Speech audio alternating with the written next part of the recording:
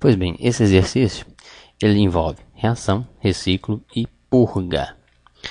Temos aqui uma reação, tá? Que é o metanol, ele pode ser produzido pela reação do dióxido de carbono e hidrogênio. Então temos aqui dióxido, né? CO2 mais hidrogênio para produção aqui de metanol mais água.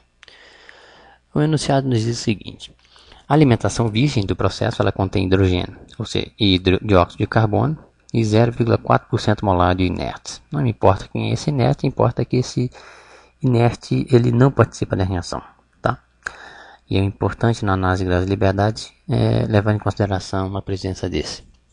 O efluente do reator ele passa a um condensador que retira essencialmente todo o metanol e a água formados e nenhum dos reagentes ou inertes. Pois bem, essas substâncias são recicladas para o reator, não é?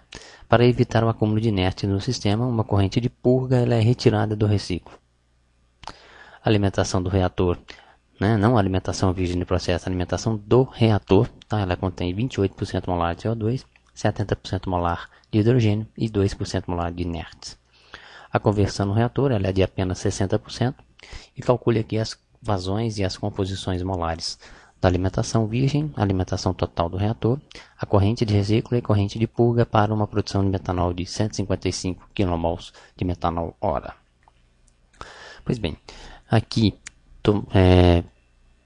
com base nesse enunciado, nós podemos então gerar o nosso fluxograma. Não há nenhuma dificuldade nisso. Nós sabemos que nós temos um reator, onde nós temos na alimentação do reator uma composição que foi fornecida, né? Foi fornecida essa composição no reator. Lembramos que foi dito qual é a composição de inertes na nossa corrente de alimentação, né? E que o restante era CO2 e hidrogênio. Então chamamos aqui de N0. Como eu tenho uma corrente de reciclo, essa se junta à corrente de alimentação e essas duas tornam aqui a corrente de alimentação ao reator. Pois bem, como dito no problema, do reator ela passa por um condensador. Logicamente, na saída do reator eu vou ter todos os nossos reagentes, incluindo o nosso inerte e mais aqueles que são produtos, com base na nossa reação. Pois bem, nós temos então aqui no condensador, teremos a corrente de produto, propriamente dita, que contém metanol e água, como foi mencionado, as correntes N3 e N4 aqui listadas. E tem uma corrente que volta para o reciclo, mas para evitar acúmulo de inerte no meu reator, é feito então uma purga, né? Então é purgado parte dessa corrente de reciclo para aliviar aqui, eliminar parte desse nosso inerte. Você deve estar se perguntando, por que em determinados momentos as correntes elas são listadas como se fosse um conjunto de subsistemas ou subcorrentes, como é o caso na saída do reator, por exemplo. Como se eu tivesse uma grande corrente que é composta pelas correntes N1, N2, a corrente de inerte, N3 e N4. Por que não escrever N, por exemplo, para essa corrente de saída do reator, NR, por exemplo, e as frações de cada uma das outras? Simples. Sempre que eu puder escrever minhas correntes como subcorrentes, é preferível. Facilita os nossos cálculos. Não significa que torna diferente a solução do problema. Não é isso. Facilita simplesmente, porque a relação entre as frações e a corrente total é exatamente as nossas correntes, os subcorrentes aqui listadas. Então já posso escrever diretamente. Então por que em algumas situações nós escrevemos as frações? As frações devem ser escritas sempre que forem dadas informações de frações da corrente. Vimos que a alimentação do reator foi fornecida a essas frações, por isso eu uso frações, é simples. Foi dada a fração de inerte na minha corrente de alimentação, por isso eu escrevi as outras duas em termos de fração. Isso é simples também de imaginar. Todas as demais que não foram fornecidas, que é a saída do reator e a saída do condensador, eu escrevi em termos de subcorrentes. No entanto, a corrente que vai ser purgada e gerar a corrente de reciclo também, que é essa corrente que sai no meu condensador na parte superior, eu escrevi em termos de frações. Isso não trata de uma incoerência. Não é isso. O procedimento aqui é lógico, porque como é um ponto de divisão, tá? Trata-se de uma mesma fonte, né? Que é essa corrente que sai do meu condensador. A divisão não é um processo de separação. É um processo, como o próprio nome está dizendo, um processo de divisão dessa corrente. Então, a composição da corrente ela é mantida. Como a composição é mantida, é óbvio que eu vou utilizar então aqui, escrever em termos de composições, já que as composições são as mesmas, tanto na corrente que é da purga, quanto na corrente que sai do meu condensador, quanto a corrente do meu reciclo. Em função disso, eu vou escrever ela em termos das frações. Aqui é interessante, porque foi fornecida a produção de metanol, né, que é obtida aqui, que seria o nosso N3. Ele foi dado, ele equivale a 155 kmol por hora. No entanto, utilizar essa informação não seria interessante na solução do meu problema. Como regra geral, a alimentação combinada do reator e de uma corrente conveniente é uma corrente conveniente para ser usada como base de cálculo em problemas de reciclo, que é exatamente essa corrente aqui. Quando eu tenho problema envolvendo reciclo, é interessante usar a base de cálculo aqui, nesse ponto, sempre que possível, desde que a composição seja conhecida. Então, se a minha composição é conhecida aqui na alimentação do reator, porque ela já está após, né, a junção da minha alimentação virgem com o reciclo, me dá essa aqui. Sempre que eu conhecer a minha composição molar, né, a composição não necessariamente molar, é importante adotar a base de cálculo nesse ponto.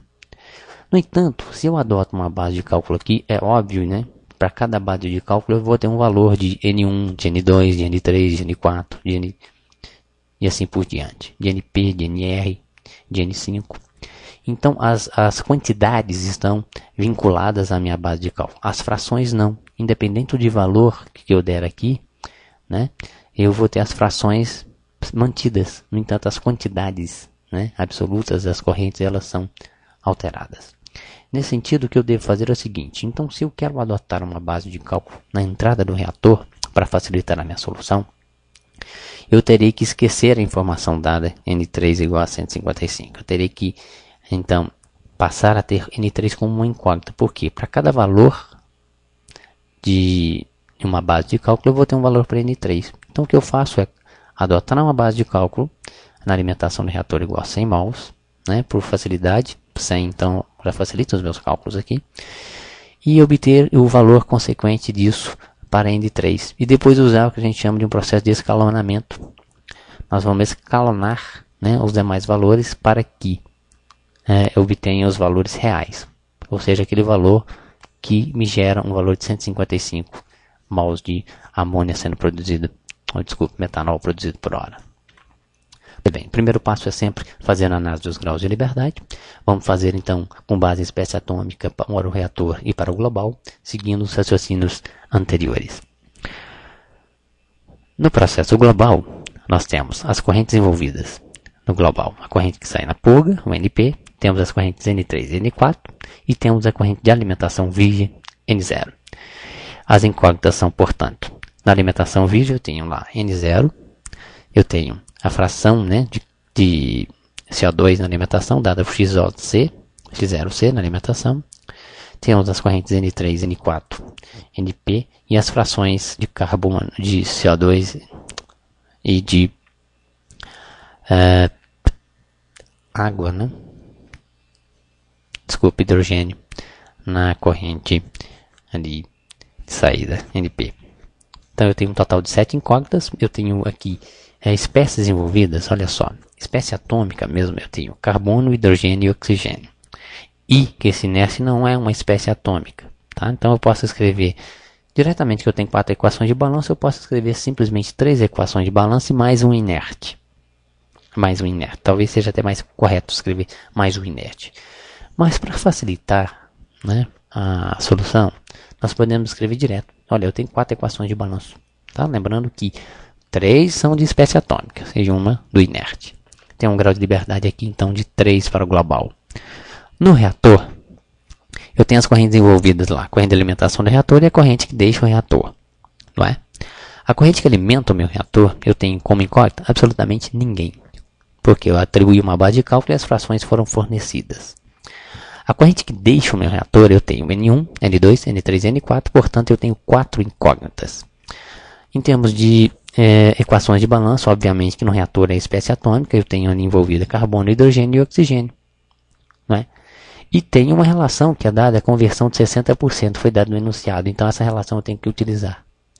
Você deve estar se perguntando, e o inerte? O inerte eu não vou colocar nesse caso, porque, olha só, foi dado que o inerte tem uma composição aí de 2% na alimentação de reator e sai com 2 mols de inerte. Quando eu escrevo isso, no momento em que eu rotulei o meu problema, eu já apliquei o balanço do inerte para fazer isso. Se eu não tivesse feito isso, tivesse escrito simplesmente aqui N, por exemplo, N de X, né, mols de I, de inerte, NI, né, mol de inerte, por exemplo, aí sim teria que incluir uma equação de balanço e eu ia chegar à conclusão que NI é igual a 2. Mas já foi feito isso aqui, então ela não entra. Grau de liberdade no reator, 0. Significa que eu posso partir então a solução do reator, que eu vou identificar N1, N2, N3 e N4. Certo? Fazendo análise para o ponto de mistura. O ponto de mistura é aquele que vem com a corrente de reciclo mais alimentação nova, né? E que a junção dessas duas vai dar a alimentação do reator. Aqui eu tenho como incógnitas, na corrente de alimentação virgem, as frações de CO2, a própria vazão, né, da minha alimentação. Tenho a corrente de reciclo não conheço e as suas composições dando um total de 5 incógnitas, né? X, O, C, N0, NR, X5C e X5H. Lembrando que eu escrevi aqui em termos de frações, as correntes de reciclo de purga e a que sai do condensador superior ali, em termos de fração, para facilitar, já que elas possuem a mesma fração, já que é um ponto apenas de divisão dessa corrente. A equação de balanço possíveis são, aqui no caso, a espécie molecular, não é? Não tenho reação, estou fazendo balanço com base na espécie molecular, por quê? Quero resolver todo o meu problema utilizando a equação nossa, como dito anteriormente, do tipo, o que entra é igual que sai. Para isso, espécie atômica onde há reação, espécie molecular onde não há reação. Aqui não há reação. Então, as espécies moleculares envolvidas no ponto de mistura são dióxido de carbono, hidrogênio e inerte, dando um total de grau de liberdade igual a 2, já que eu não tenho aqui, olha só, eu não tenho aqui nenhuma relação. Não é? Poderia ter escrito 2 equações de balanço e mais uma de inerte? Poderia, mas eu escrevi junto aqui 3 equações para facilitar. Tá? Mas o correto, na verdade, é raciocinar da seguinte forma. 2 espécies moleculares e mais o inerte. Porque eu não sei quem é o inerte. Né? Inerte pode, certo? Então, para o condensador, se bem que para o balanço molecular não é tão problemático. Por espécie atômica seria, né, dizer que espécie atômica é inerte. Para o condensador, nós teríamos ali um número maior de incógnitas. Né? No condensador eu tenho uma corrente de alimentação e 2 de saída. Nessa corrente de alimentação, é fácil nós percebemos que nós temos N1, N2, N3 e N4, e que na saída nós temos N3 e N4, então repete, né? E N5 em cima, saindo mais as suas frações, NX5C e X5H. Notem que aqui as frações nas correntes N5, NP e NR estão escritas em termos da composição de CO2 e hidrogênio. A terceira, que é de inerte, é escrita em função das duas primeiras, que já adotaram nesse caso aí a relação. Aquela relação que diz que a soma das frações molares é igual a 1. Significa dizer que eu já incluí implicitamente, antecipadamente, a minha relação. Então não posso incluir essa relação no meu análise de grau de liberdade onde aparecem essas frações. Para isso eu teria que ter escrito em termos de X5C, X5H e X5I, aí sim eu teria mais uma relação. Aqui eu já incluí essa relação. Então eu não posso dizer que tem uma relação. Por isso ela não aparece na minha análise de grau de liberdade. Um outro ponto que merece aqui ser analisado é o seguinte. Então, eu teria então as espécies envolvidas CO2, hidrogênio, metanol, água, inerte. Total de 5, grau de liberdade 2. Fazendo o roteiro de solução, fica fácil imaginar e perceber que o reator é em primeiro lugar. Quando no fato do reator eu passo a conhecer essas variáveis aqui, são 4, que aparecem também no meu condensador N3, N4 e N1, N2, que significa que eu posso resolver no condensador na sequência. Seguido do global, ou ponto de mistura ou de divisão, façam a análise aí, percebam que é exatamente possível, né? O efeito de cascata aqui é aplicado. Primeiro ponto onde há uma reação, nós já vimos que identificar se existe, quando tem mais de um reagente, é óbvio que o primeiro passo é você identificar se existe alguém em excesso e, consequentemente, identificar aquele que é o limitante e todos os cálculos serão feitos com base no limitante. A reação está aí dada, né, a sua estequiometria devidamente balanceada. A alimentação do reator foi dada para nós, ela tem 20 temos as composições, nós estimamos aí os valores da alimentação. Eu vou ter 28 mols, né? 0,28 vezes 100 vai dar 28 mols de CO2 na alimentação. 0,7 vezes 100 vai dar 1 de mols de hidrogênio na alimentação, 70 mols. E o inerte, 2 mols na alimentação, 0,02 vezes 100. Para identificar o limitante, basta eu dividir um pelo outro, na estequiométrica e naquele dado no problema. A estequiométrica diz que a relação entre CO2 e hidrogênio é de 1 para 3. 0,33. Aqui, a alimentação dada no problema nos diz que é uma relação de 28 para 70, que dá um valor de 0,4. Como o 0,4 é maior que 0,33 e o CO2 aparece no meu numerador, significa que esse é o meu elemento que está em excesso. Consequentemente, se ele está em excesso, quem está como agente limitante aqui é o hidrogênio. Então, todos os cálculos serão feitos com base nas informações fornecidas para o hidrogênio com relação à reação. Pois bem, aplicando o balanço no reator, vamos fazer por espécie atômica, obviamente, né? Primeiro ponto é sempre usar a relação dada, e a relação nos diz que eu tenho uma conversão de 60%, o que indica o seguinte, olha, do hidrogênio, por que o hidrogênio? Porque o hidrogênio é o limitante. Do hidrogênio que alimentou o meu reator, que corresponde a 70 mols, 40% dele sai do reator, não tendo reagido, já que 60% converteu, 40% não. Então, daqui eu retiro de cara o valor de N2, que dá 28 mols. Então, a primeira coisa que eu faço é adaptar a minha relação, que nesse caso é a conversão no reator. Pois bem, agora eu vou fazer o balanço para o hidrogênio, seguido do balanço para o carbono, seguido do balanço para o oxigênio. Para o hidrogênio eu tenho, olha só, no reator, eu tenho 70 mols. Para cada 70 mols de H2 eu tenho 2 de hidrogênio, então 2 vezes 70. Na corrente, onde mais eu tenho hidrogênio? Na alimentação em nenhum. Tenho na saída. Tem hidrogênio N2. Né? Para cada N2 eu tenho 2 moléculas de hidrogênio. Para cada N3, que é o meu metanol, tem 4. Aqui dado. E para o N4, que é a água, para cada N4 eu tenho 2 de hidrogênio aqui dado. Então, como eu conheço já o valor de N2, né, eu vou achar uma relação entre N4 e N3. N4 é igual a 42 menos 2N3. Fazendo o balanço para o carbono, mesma linha de raciocínio. Carbono eu tenho no CO2 na alimentação, que são 28 mols. Eu tenho 1 de carbono para cada CO2. Na saída eu tenho carbono N1, que é 1 para 1.